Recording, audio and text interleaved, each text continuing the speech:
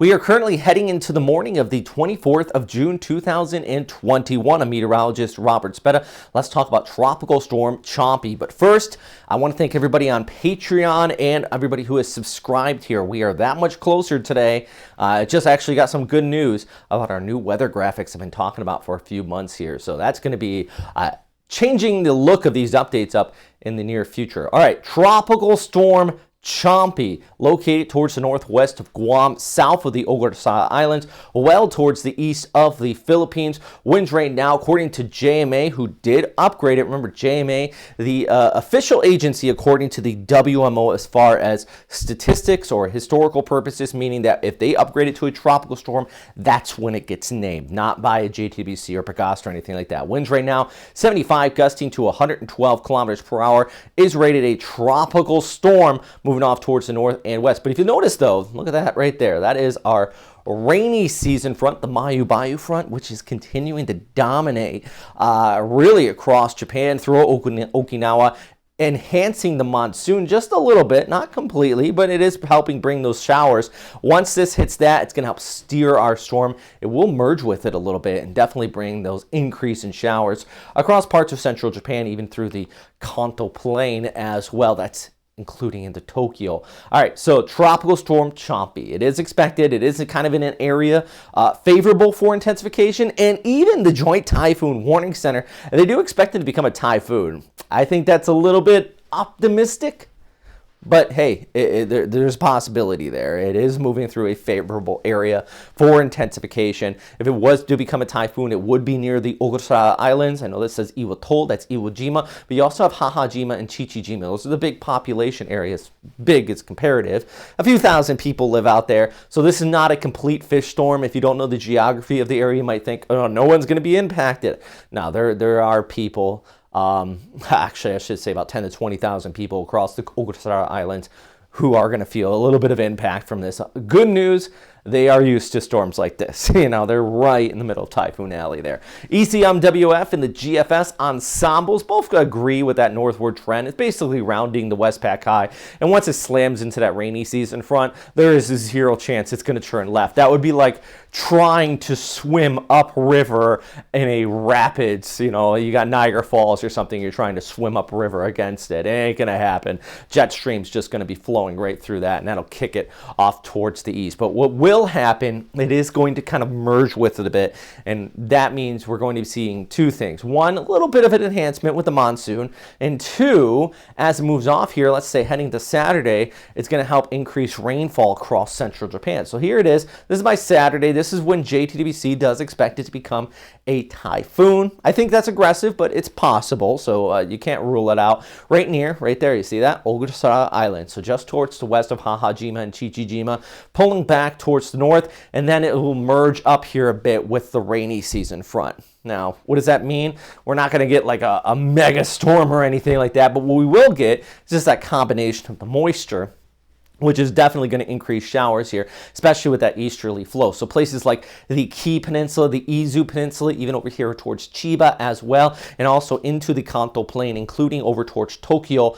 Some pretty decent rainfall in the forecast as we go ahead through Sunday into Monday. And then by that point, this gets kicked up with the jet stream pulls towards the north and east. I think the east coast of Hokkaido, places like Hakodate, they're going to be seeing some gusty conditions. Hokkaido gets hit by some high winds quite often. This is going to be one of those cases where it is the remnants of a tropical system. You have a very potent westerly low coming through. Definitely going to help kick up some of those gusty conditions. All right.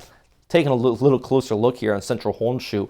Look at that Shizuoka. They're actually saying this ECMWF guidance upwards of 100 millimeters. I think that is possible. I think especially the models don't have are very good at picking it up, especially across the mountains of Japan. But parts of the Kii Peninsula and eventually over towards the Izu Peninsula, I think over 100 millimeters, very well possible if this stays close enough right near the coastline. Remember, if you are in Japan, notifications often get set up to your phone, and a lot of people just don't know what that means. Just take a quick look at this graphic here. It kind of gives you an idea. You know, you got the Chuho and Keiho. That means advisories, warnings as well, or even those emergency warnings sometimes get put out. You know, if you ever get that, then things get serious, because it's very, very rare for JMA to issue those. All right, let's take a look at the bigger picture real quick. The atmospheric moisture.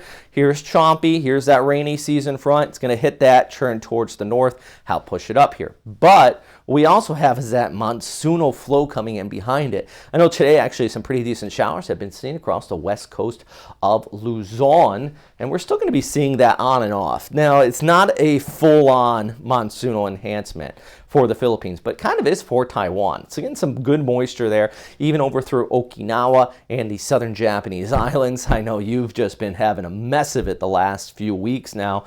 Still got more rainfall in the forecast there for you, but overall that's just kind of the pattern across Southeast Asia. The good news, as I explained in my last video, this provides an abundance of vertical wind shear. And when we get abundance of vertical wind shear, it doesn't want any tropical systems to develop. So, you know, this guy, he's in a favorable area for development. He's back here towards the east, but if you look there, let's say it wanted to go for some reason, the float isn't there, but let's say we did have a tropical system head towards this area, it would get absolutely sheared apart, and I don't think we would have any worries. But that's for now. The key thing is just that monsoonal flow. I want to zoom in on the Philippines here. This is that moisture as we head through this week into the weekend, the relative humidity. Yeah, you see across the west coast of Luzon, basically a lot of the western seaboards. That's where the most rain is possible here. Even into the Cagayan Valley, you can see some showers as well. But overall, it's that southwesterly flow. But you notice this, there's not a lot of purples. So whenever I see on this, you know, a lot of these darker reds and purples, that means that the monsoon really is enhanced. We got a lot of some drier inflow in there. So that means that, like I said, enhanced monsoon, but not full on. So, you know, a little bit of cooler temperatures, but it's, how do I say it? It's just, I've been talking about this enhanced monsoon, and everybody's saying, you know, we're not getting flooding here. I'm not expecting that. I'm just expecting more cloudy conditions. Like you see in here, when Mount Isarog there, that was sent in by Zandro. Thank you very much there in southeast Luzon. He sent in that photo, and I thought that was absolutely beautiful, so I wanted to share it here with you guys. You know who else has been sharing and helping me out is our typhoons and super typhoons. Lisa, John, David, Curtis there on the right. You guys are all legends, and thanks for the super typhoons. That is the categories here on Patreon, by the way, if you have no idea what I'm talking about.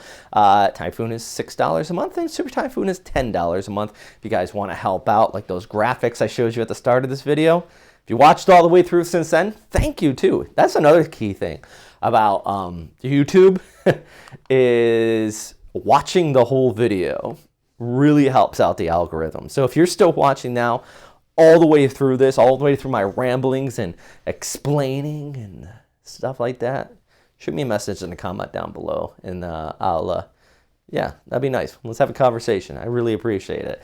Hit that subscribe button as well, and follow me on these social media platforms, specifically Facebook. I know not everybody does Facebook, but that's where I do post some stuff.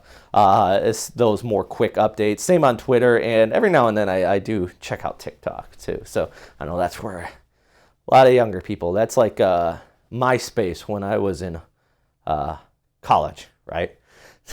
Anyways, that dates me. Have a fantastic day. Rambling at the end there. Stay safe out there.